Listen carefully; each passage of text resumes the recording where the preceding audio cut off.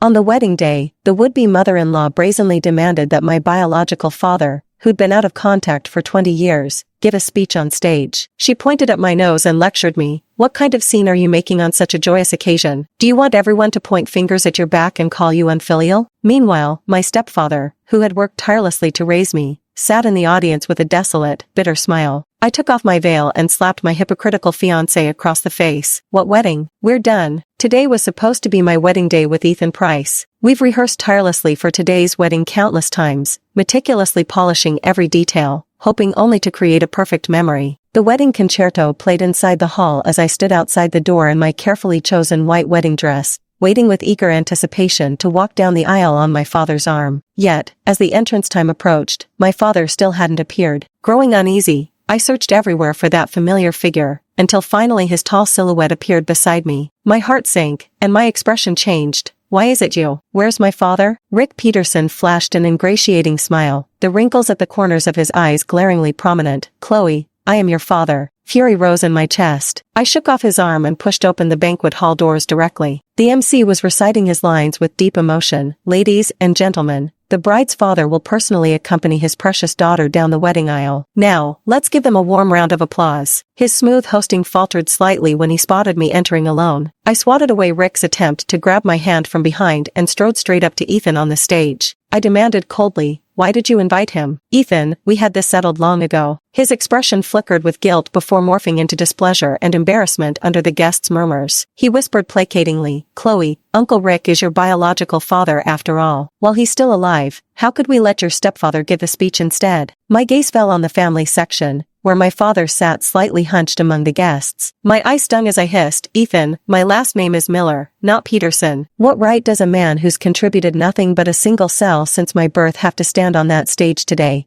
replacing the dad who raised me for over 20 years on the most important day of my life?" Ethan frowned, while Karen Price, his mother-to-be standing behind him, could no longer hold back. She stepped forward and grabbed my wrist, her tone firm. "Chloe, I was the one who decided to switch to your father's speech. This is a joyous occasion, not the time to throw a tantrum. Do you want everyone to point fingers and call you an unfilial daughter?" When I remained silent, she lowered her voice threateningly. "You and Ethan are already legally married. The ceremony must go on today. Our Price family can't accept a daughter-in-law who won't even acknowledge her own father." I ignored her accusations, staring fixedly at Ethan like a drowning person, searching his face for even a hint of guilt or tenderness. But all I could clearly see was the disapproval written across his face toward me. His tone carried disappointment and impatience. "Chloe, could you please be sensible and stop throwing tantrums? Uncle Rick has already come. If you make a scene now, it'll embarrass everyone. Be good, let me explain everything to you later, alright?" It felt like a bucket of ice-cold water had been poured over my head. My gaze slowly swept across the expressions of everyone on the stage, my fingertips growing cold. I had been dating Ethan for 2 years. He was gentle and polite, refined in manner, and had always treated me with tender care. He clearly knew how I got through my childhood. The thread that had been taut in my mind snapped. Before the eyes of all the guests, I took a deep breath and signaled to the MC to hand me the microphone. Ethan and Karen's brows relaxed slightly, as if they thought I had already conceded. Rick wordlessly stepped forward as well, standing by my side in a paternal manner. The next second, I tore off my veil and threw it into Ethan's arms,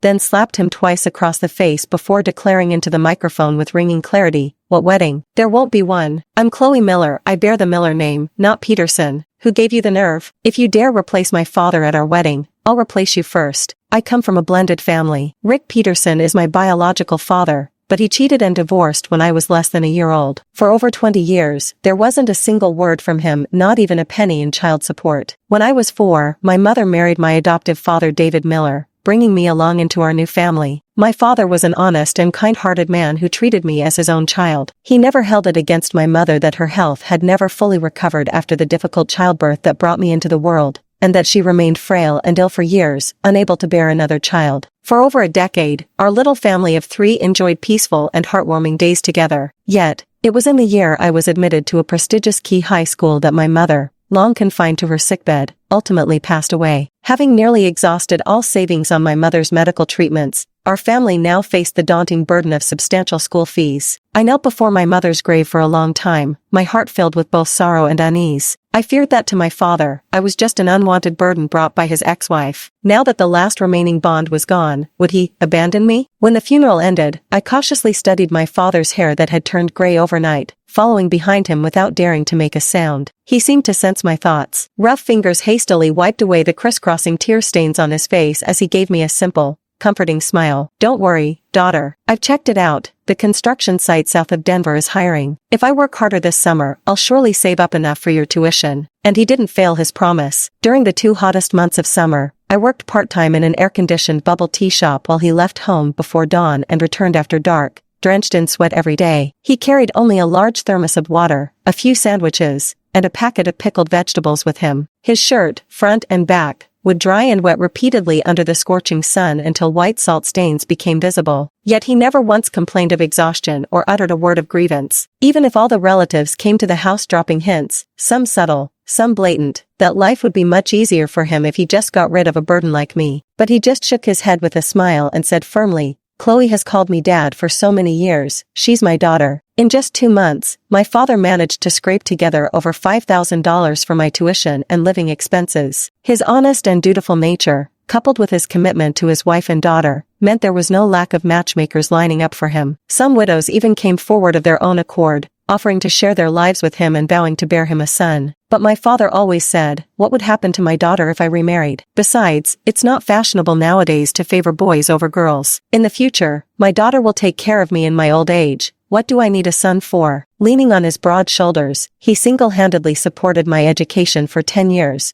bought me a small apartment in the city, a car for commuting, and even saved up dowry money for me. He'd always tell me with a smile, whatever others have, our daughter shouldn't lack either. As for meeting Ethan, we were introduced through a matchmaking arrangement. He knew about my family situation, and his parents readily expressed that biological fathers and stepfathers were matters of the older generation. As long as we were happy, it didn't matter, and there was no need to dwell on it. It was only after confirming this point that I felt assured enough to start a relationship with him, and 2 years later, we began preparing for our wedding. During the rehearsal phase, they also arranged for my father to walk me down the aisle and give a wedding speech. My father, never one for many words, began preparing his wedding speech very early on. I've watched him countless times, wearing his reading glasses, meticulously writing something word by word under the desk lamp. Whenever unsatisfied, he'd cross it out and clumsily consult the dictionary for clarification. It was at this moment that Rick Peterson came knocking, wanting to acknowledge me as his own. Father smoked in silence while I directly grabbed a broom to chase him out the door. I only have one dad, you good-for-nothing who abandoned your wife and daughter. How dare you show your face before me? Yet somehow, his parents got wind of this news as well. They tried to persuade me to have both fathers attend the wedding simultaneously, but I flatly refused. At this point, they've actually come up with such a fait accompli scheme, trying to emotionally blackmail me into submission? They've miscalculated. If Chloe Miller backs down today, I'd be betraying my own name. Amidst the uproar at the wedding venue and Ethan's stunned expression, I addressed the gathered guests word by word, friends and family. Thank you all for taking time from your busy schedules to attend Ethan's and my former wedding. Today's ceremony is cancelled. You must all be very curious about who this man next to me is. His name is Rick Peterson, the biological contributor of my other half, and the so-called biological father who was entirely absent for 25.5 years of my 26-year life. This is the man who, when my mother was still recovering after giving birth to me,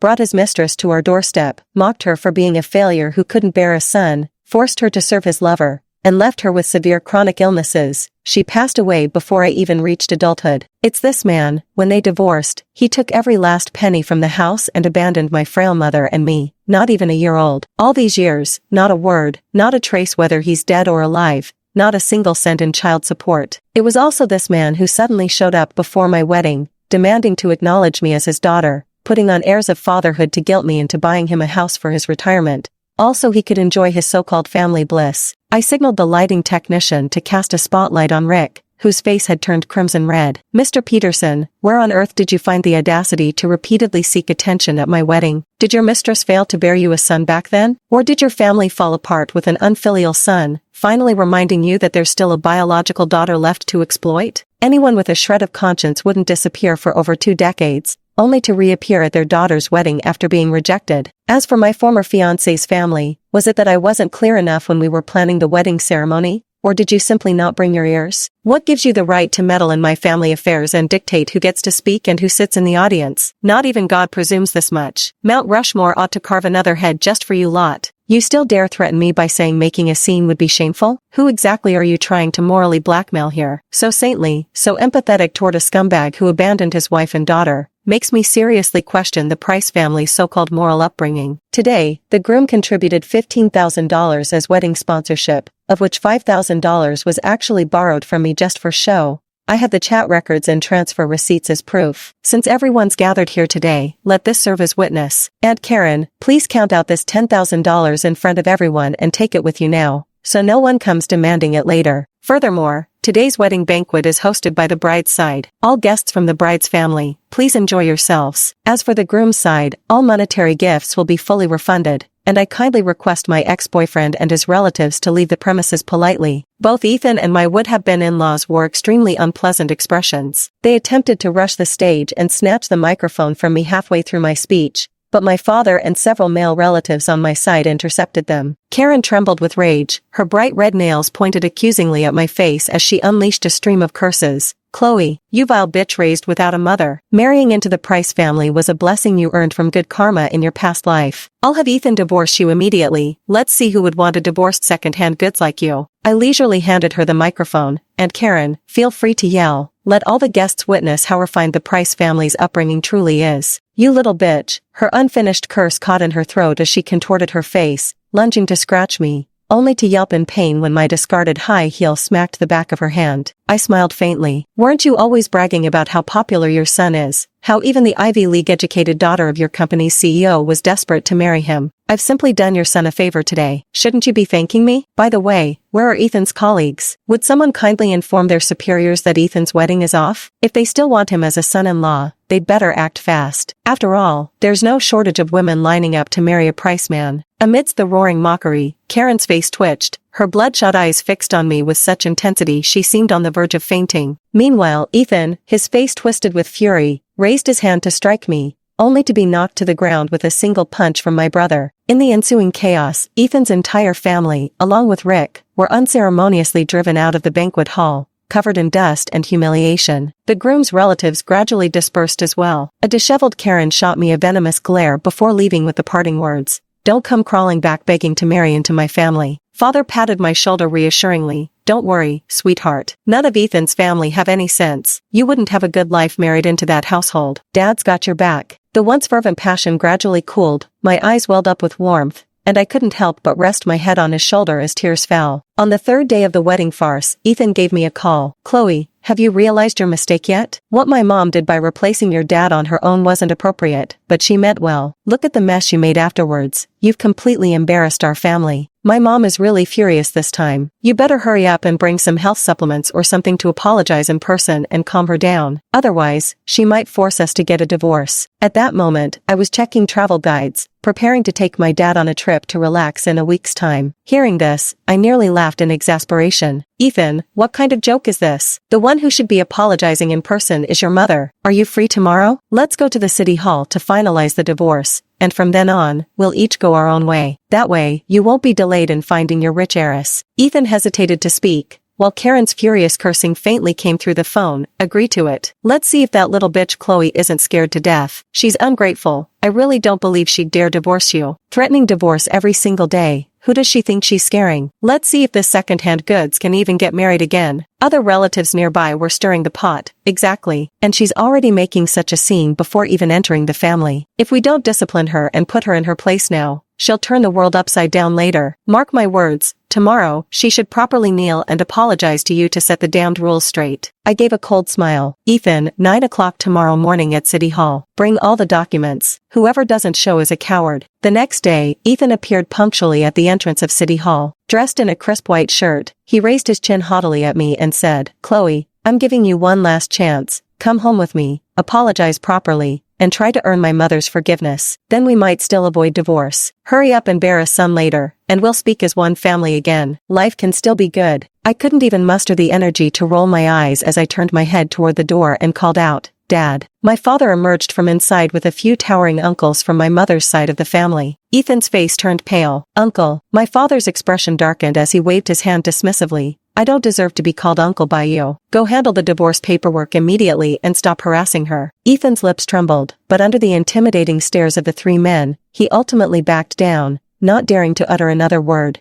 and obediently went through the divorce formalities with me. As I stepped out of the city hall gates, I handed him the divorce papers with a relieved smile. Your mother must have been waiting at home for my apology all this time. Tell her she'll be waiting forever. Wanting to put on airs as a grandmother-in-law? She'd have to see if she even has the fortune for that in this lifetime. A week later, I took a 1-month annual leave from the company, planning to take my dad on a trip. When I returned to the neighborhood, surprisingly, even the neighbors I saw daily were all stealthily watching me with what they thought were covert glances, whispering among themselves from time to time. No wonder the child is so protective of her father, even abandoning her husband. I see now. Back when I tried to introduce old Muller to potential partners for remarriage, he refused. So that's what was going on even then. TSK, appearances can be deceiving. A father and daughter without blood relations living together. Who knows what happens behind closed doors over time? Ugh, that's disgusting. Fragments of conversation reached my ears, stirring unease in my heart. I grabbed Aunt Chen from across the hallway, who was munching on sunflower seeds, and asked, Aunt Chen, what are you all talking about? She avoided my gaze. No, nothing. Chloe, dear, I've watched you grow up, and even though you're not blood related to old Miller, there are some things you just shouldn't do. I felt as if I'd been plunged into an icy abyss, a preposterous suspicion forming in my mind. While I was still stunned, Aunt Chen had already pulled her hand free from mine and hastily turned to shut her front door. Just then, a message popped up on my phone from a friend. Chloe, the local community Facebook group is flooded with disgusting rumors about you and your dad. Who's trying to ruin you? You'd better figure something out fast. I held my breath and unlocked the phone, only to see countless attention-grabbing headlines being wildly shared. Woman publicly renounces biological father and calls off wedding, all because of stepfather? Unspeakable tales between a woman and her stepfather. Chronicles of a modern mistress, the loss of humanity or moral decadence? With trembling hands, I clicked on one of the links. The article employed subtle historical allusions to gloss over Rick's past of abandoning his wife and child, while adopting an insider's tone to insinuate an improper relationship between me and my stepfather. It meticulously detailed the emotional journey of Ethan's family as innocent victims. Even at the end of the article, Rick addressed me with the image of a tolerant yet helpless father,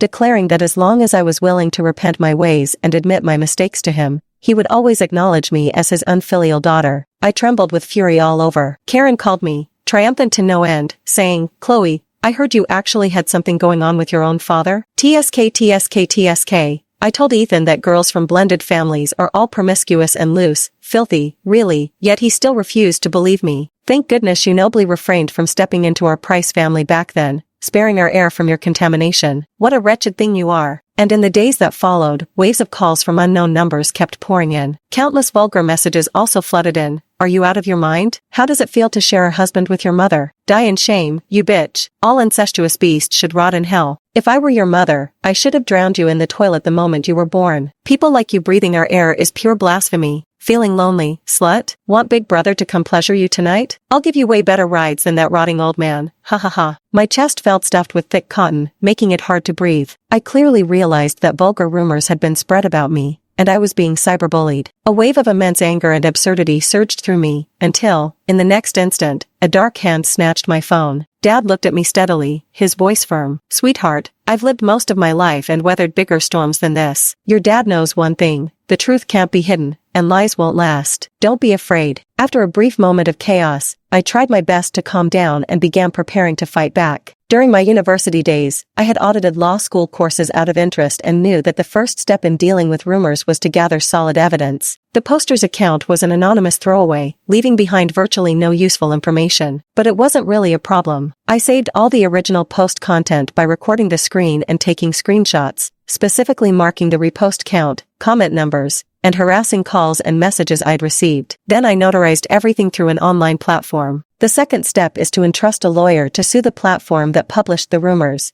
demanding that the platform provide the identity information of the rumor mongers and remove the false rumors. Whether it's filing a lawsuit or clarifying the rumors, both require time. Even though I've already sent cease and desist letters to various marketing accounts that spread the rumors, the heat surrounding the incident simply cannot subside in the short term. After all, scandals with a hint of salaciousness tend to ignite an extraordinary level of public enthusiasm and attention. What they've never needed is the truth, but rather an occasion to freely revel, vent, and feast on the suffering of others. Yet, I gathered my emotions and, as originally planned, set out on the journey with my father. Meanwhile, I hired a private investigator to closely monitor every move of Ethan's family and Rick. Nearly 3 weeks later, as I traveled westward with my father and finally reached Utah, marveling at the majestic beauty of the Bonneville Salt Flats, the private investigator sent me updates on the latest activities of that family. There was Karen dancing in the square with a group of elderly sisters, Ethan carrying his briefcase on his daily commute, Rick sitting in a tea house chatting and boasting with others over tea,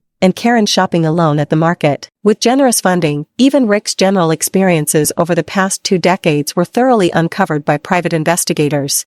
I enlarged the image, scrutinizing its details as countless thoughts flashed through my mind, forming a faint thread of connection. 2 days later, the lawyer also informed me that the platform had provided the registered phone number of the poster. I checked my phone contacts. It was an unknown number. Then I spent $50 to hire an errand runner to call the number, claiming that our listed company was running a promotional trial for elderly healthcare products, and the recipient happened to qualify. Free products would soon be mailed to them, and they were asked to provide their address, name, and other relevant details for registration. The owner of the number took the bait. The runner handed me the call recording and the registered address information. I saved and uploaded the evidence, slowly curling my lips into a smile. As expected, that was indeed Karen's alternate account. It seems, it's time to end this trip. After returning home, I sent Ethan a heartfelt message expressing my realization of the mistakes I'd made. Even if we couldn't remain as family, I hoped for an opportunity to apologize in person and seek Karen's forgiveness before their relatives. I attached a photo of an expensive health supplement gift basket as a peace offering. Ethan replied swiftly. With haughty arrogance, he stated that since I'd recognized my errors, their Price family, being reasonable people, naturally understood that making peace was preferable to perpetuating enmity. He even hinted that there might still be a chance for us to reconcile. Everything depended on my sincerity. I nearly vomited at the thought. And so it was decided, 3 days later, I would personally bring my father to their doorstep to apologize. When that day arrived, I looked at the yard full of the groom's relatives eager for a spectacle and Karen's smug expression, then calmly lowered my eyes, barely suppressing the laughter threatening to spill from my lips. Karen certainly put on quite a show. When my father and I entered, she merely lifted her eyelids from her chair and sneered, "Well, if it isn't our too good for this family ex-daughter-in-law? So, what brings you and your father here today?" She deliberately emphasized the word father-daughter, drawing a round of malicious laughter from the onlookers. Her face radiated smug triumph, her sharp features twitching with spite and malice. What did I always say? Divorced goods are second-hand goods. No one wants them. And those who sleep with their own stepfathers? Even worse. Remember how you threatened to divorce my son? Now you're crawling back begging for reconciliation? Not a chance. Feigning ignorance, I smiled faintly, placed the cheap health supplements before her, and cleared my throat. "Aunt Karen, I know I was wrong before. Today, I've come to apologize. Please don't take it to heart. You're pregnant, and it wouldn't do to upset yourself over this." Her triumphant expression froze as faint whispers rose among the watching relatives. Old Price stared intently at her face, wearing a probing look. Ethan furrowed his brows and scolded me. "Chloe, if you're going to apologize, then apologize properly. What nonsense are you spouting?" With both grievance and surprise in my voice, I raised my tone. "I'm not lying. My friend at the hospital told me Aunt Karen just had a prenatal checkup at the OB/GYN department last week. The baby's already 4 months along. How could you keep such wonderful news secret?" Look, my friend was so afraid of mistaking someone that she specially took a photo for me. I pulled out the dozens of copies from my pocket and deliberately flung them forcefully into the gathered crowd. Printed clearly on the photos was Karen sitting in the maternity clinic waiting area. The room erupted in uproar, countless gazes turning toward the flabby belly beneath Karen's loose clothing. Ethan looked at Karen in disbelief. "Mom, what Chloe said, is it true?" Karen's composure had completely vanished. Her well-maintained face twisted between embarrassment and fury. "You foul-mouthed bitch. Spreading lies will land you in jail." I shrugged with a smile. If there were no truth to it, how could I dare speak nonsense? "If you think I'm lying, feel free to call the police and get a blood test at the hospital. Let's see if you're really carrying Rick's son inside you. If not, I, Chloe, will gladly kneel and apologize to you, plus compensate you $100,000 for defamation." Like boiling water splashing into a hot oil pan, my firm declaration sent Price family's aunts and uncles buzzing with excitement. Their ears perked up as they jostled closer in one swift movement. Did I hear that right? Rick's kid? That Chloe's real father? No wonder Karen was so determined back then to have Chloe acknowledge her biological dad. Meddling in other people's family affairs while making plans for them. Turns out she had ulterior motives after all. Hiss, now that you mention it, it kinda makes sense. Amidst the gasps rising and falling around me, I flashed a gentle smile at Karen, whose face had turned alternately red and pale. "Aunt Karen, you were right earlier. After all, Rick is my biological father, though I haven't laid eyes on him even once in over 20 years, nor received a single penny from him. I suppose I ought to show some concern for how he's doing." And what a coincidence my concern turned out to be. Turns out he was your high school classmate and first love, wasn't he? Your homeroom teacher from back then remembered it all too clearly. When he forcibly broke up you two sweethearts, you cried for 2 whole months, didn't you? Your eyes were swollen as big as peaches. Later, Rick went on to have an affair, got divorced, yet managed another decade or so of blissful married life. Pity that in middle age, his investments failed, and that mistress of his ran off with all his money. When he came knocking on my door out of sheer desperation, guess what he discovered? The mother of my ex-fiancé happened to be his old flame from 30 years ago. It's indeed a happy coincidence, or rather your former lover reached out to him with her own savings. Truly a bond from student days, so pure and heartwarming. Look here, I've even got photos of Rick accompanying you to prenatal checkups, the two of you entering and exiting hotels together, and Rick shopping alone in maternity stores. Though Rick was an inadequate biological father to me, he had profound affection for the child in your belly. At your age, being able to conceive again, rekindling your first love, and now carrying precious baby boy, you must take good care of yourself. If anger makes you collapse, Rick would truly have no son to depend on in old age. You tell me, if I didn't come to apologize in person, wouldn't that make me a sinner? Karen was rendered speechless. Ethan stood swaying unsteadily, appearing completely dazed. Old Price wordlessly threw down the photographs in his hand, rose with a face like thunder,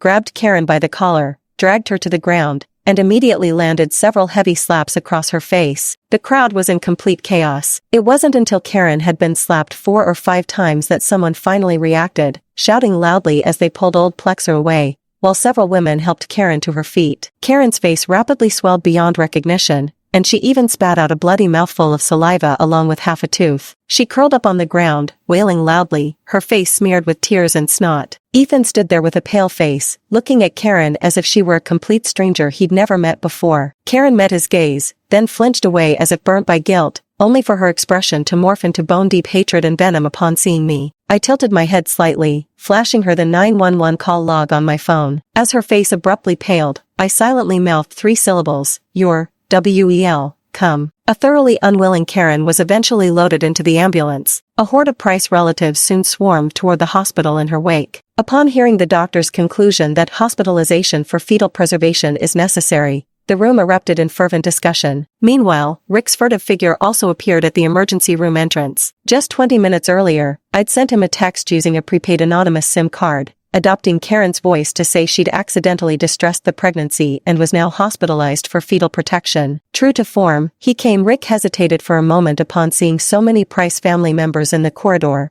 then pulled his cap lower and began to slink away unnoticed. I spotted him sharply and called out loudly, "Uncle Rick, why are you leaving without coming in? Don't you want to see your first love's unborn child? Back then you were young, and it might be excused since you didn't understand how cruel it was to cheat and divorce mom right after she gave birth. But now you're over 50, and despite Aunt Karen being past 50 herself, she still insisted on bearing your child. Surely you should learn to be more considerate." In an instant, countless familiar and unfamiliar gazes converged on him. Many in the crowd immediately began recording with their phones. Rick turned his head stiffly, his face twitching as he forced out an awkward smile. "Kid, what nonsense are you spouting?" I smiled without speaking as Ethan, his eyes bloodshot, lunged forward in a flash and slammed Rick to the ground, pummeling him with heavy blows. Caught off guard, Rick crumpled to the floor. I thought I heard the crisp snap of a breaking bone. In the ensuing chaos, the hospital security rushed in to separate them and dialed 911. The crowd of relatives gathered around Ethan and his father, offering a cacophony of comforting words while laying out the whole incident plainly before the onlookers. A few sharp-nosed young people had already started live streaming and providing commentary. Shocking twist, mother in advanced age becomes pregnant with lover's child, adult son, and lover brawl in hospital. Is this a failure of humanity or a collapse of morals? True love is blameless, a brief analysis of soap opera's influence on the older generation's values. Some recognized us. Who would have thought my own mother secretly got pregnant with my ex-father-in-law's child? How are we even supposed to calculate the family hierarchy now? Watching the live discussion threads heating up rapidly in the local community group,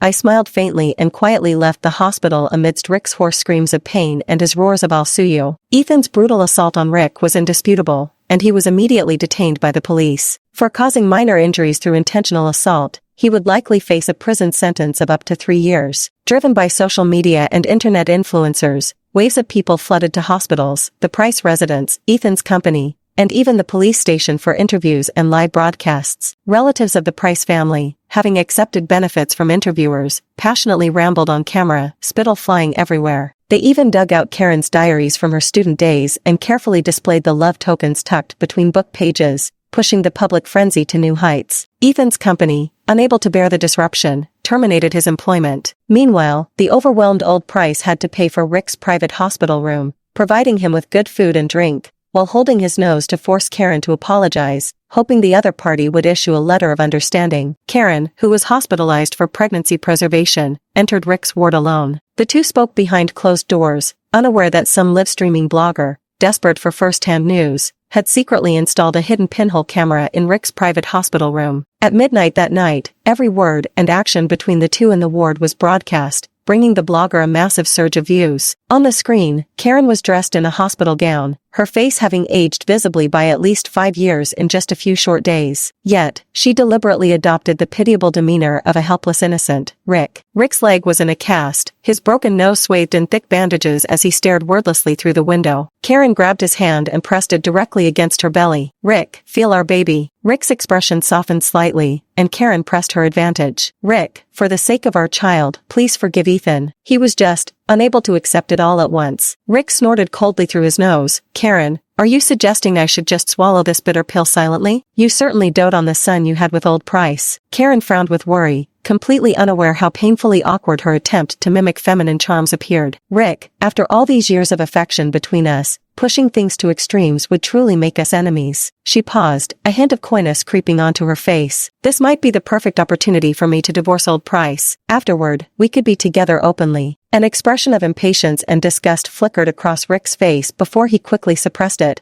replacing it with one of tender devotion. "All right then, I'll demand compensation of $100,000. Make sure you get a bigger share of the money during the divorce, and that city apartment of old Price's is coming with me too. Right now, his only son's still under my thumb, no way he'd refuse." Karen hesitated. "This doesn't seem right. That apartment was meant to be Ethan's marital home. It's just that we never transferred ownership to avoid his future wife trying to claim part of it." Rick said gently, "Silly girl, after all these years, you're still too soft-hearted. Even if you won't think for yourself, think about the baby in your belly. Ethan's a grown man with hands and feet, he can earn as much as he needs. We're different. At our age, past 50, where are we going to find decent jobs? Are we really supposed to wait until after the baby's born to slowly eat through our savings?" Under Rick's tender emotional manipulation, Karen quickly agreed. She could barely suppress her resentment and started cursing at me through gritted teeth. "It's all because of that bitch Chloe. If she hadn't fueled the fire behind our backs, we wouldn't be in such a helpless situation now." Rick, on the other hand, seemed somewhat indifferent. "Didn't you hire someone to spread those nasty rumors about that girl a while ago? But from what I see, the little brat is impervious, thick-skinned beyond belief. We'll need to come up with more ways to deal with her." Karen hurled a barrage of crude insults at me, but Rick's mind was already elsewhere. He traced suggestive circles on Karen's palm, his gaze raking over her body hungrily. "Karen, it's been so long since we last got together. I suffered hell this time for your sake, don't you think? You owe me some compensation?" Karen pouted and shot him a flirtatious glance. "You're awful." Rick's hands had already begun wandering mischievously beneath her collar. Still mindful of the child nearby, they didn't go all the way, but managed to share some creatively intimate moments in the hospital room nonetheless. The blogger, ever law-conscious, pixelated the visuals, leaving only the screen filled with scorchingly audible panting and moans. The entire internet witnessed how intense and uncontrollable this rekindled old flame between the crumbling houses was. The barrage of online comments exploded. The next day, "Still got it Rick" and "Silly girl Karen" became household names throughout the region. Countless people pretended to casually pass by the door of their hospital room,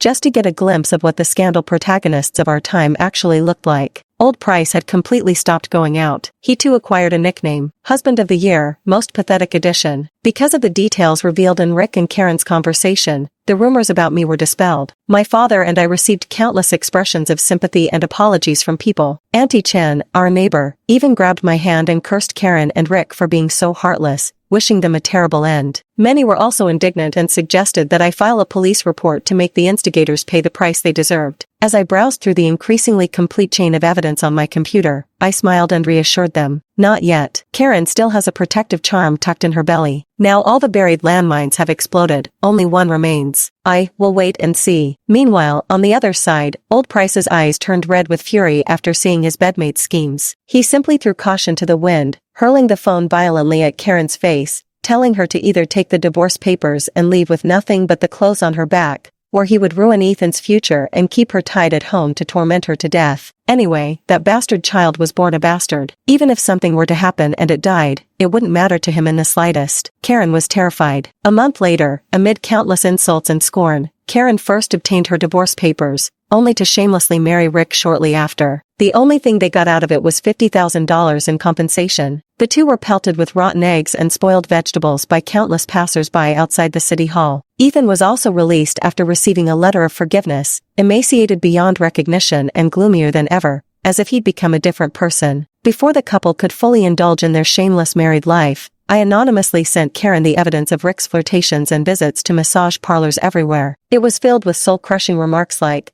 "That woman practically threw herself at me," as if she didn't know how ugly she was. I just crooked my finger, and she threw herself at me like she hadn't seen a man in 800 years. How pathetic can you get? 30 years ago I was just having fun with her, and now, 30 years later, would I still go for her? The skin on her belly is so loose and saggy, it's disgusting to look at. Karen completely lost it. The two had a massive fight in their rented apartment, smashing everything breakable, brawling from inside to outside, and putting on quite a show for everyone. Rick, scratched up and bleeding, shoved Karen to the ground, spat on her fiercely, and walked away without a backward glance. Karen waited alone in the house for 7 days, but he never returned. Just as he had abandoned my mother over 20 years ago, Rick once again gathered all his belongings and deserted his so-called lover. Karen aborted the child and returned to the Price family's doorstep in a broken state, sitting there pitifully and weeping bitterly, hoping the Price father and son would take her back. Except, she was already forsaken by all. Ethan, who had lost his job and been deceived by his own mother over the marital home,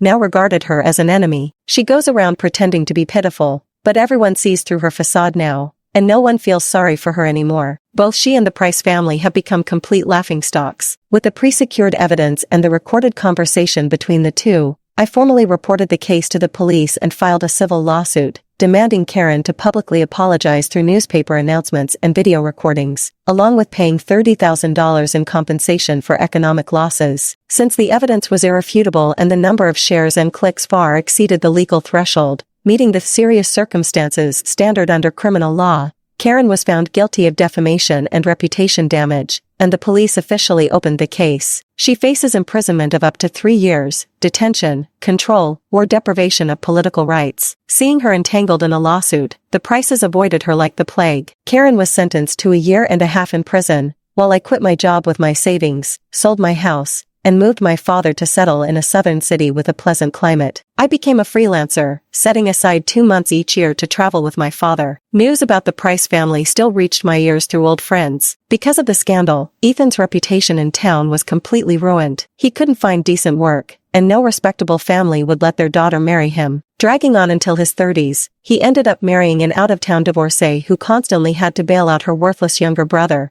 turning their married life into constant chaos. After her release from prison, Karen shockingly got back together with Rick when he came looking for her. The MC was reciting the lines with deep emotion. "Ladies and gentlemen, the bride's father will personally escort his precious daughter down the aisle. Now, let's give them a warm round of applause." And surprisingly, Karen accepted him too. However, one late night a week later, while Rick was sound asleep, she poured a large pot of boiling water over his head. Rick was scalded to death in his sleep. Karen was convicted of intentional homicide and would spend the rest of her life in prison. I indifferently exited the phone screen and took a deep breath, gazing at the courtyard full of blooming flowers outside the window. Father was tending to the vegetables he planted on the other side of the courtyard, the wrinkles on his face relaxed and light. The June breeze was gentle, the sunlight just right. I'll live my life well too. The end.